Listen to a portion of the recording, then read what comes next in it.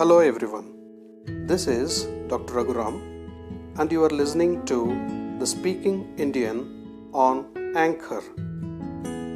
Let me start this podcast with a small story.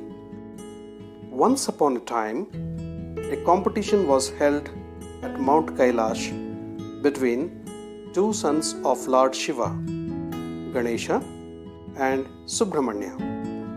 Subramanya, also known as Kartikeya or Kumara. The winner of the competition would get the fruit of wisdom and knowledge. This fruit was given to Lord Shiva by sage Narada. Narada had procured that fruit from Lord Brahma, the creator of the universe. The rules were not simple. The competitors should go around the world thrice, and the one who returned first would be declared the winner. Subramanya was thrilled. He had a peacock for his vehicle, and he knew he would definitely beat his brother in the competition. Without wasting any time, he flew on his peacock to complete those 3 rounds. On the other hand, Ganesha was a plump kid and his vehicle, a mouse, was no competition to his brother's peacock. Ganesha thought for a minute and then decided what to do. He made his parents Lord Shiva and Goddess Parvati sit together and with folded hands as a mark of respect to his parents, went around them thrice and completed the 3 circles. Then Ganesha claimed the fruit and declared himself the winner. His parents asked him the reason. Ganesha wisely said, "You people, being my parents, are my world. There is no better world for the children in comparison to their parents. I went around you people thrice. This is equivalent to going around the world thrice. So, I am the winner." Everyone around, including Ganesha's parents, cheered the little Ganesha. Ganesha won the fruit of wisdom. Isn't it true? Parents are a world because they bring us into this world and create a world for us. We learn a lot from them because they are our first teachers. And home is our first institution.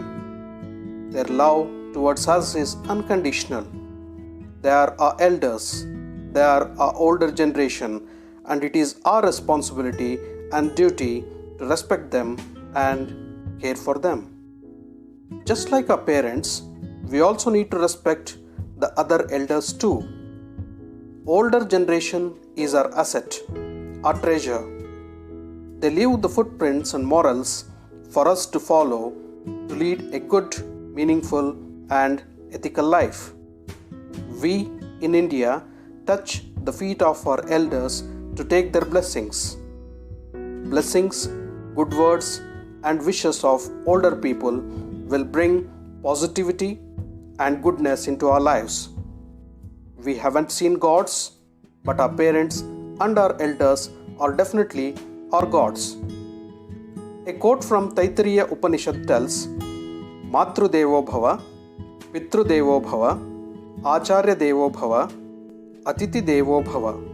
This means to tell that we need to be the one for whom the mother, father, teacher and guests are gods. In short, we need to consider these people equivalent to God and worship them.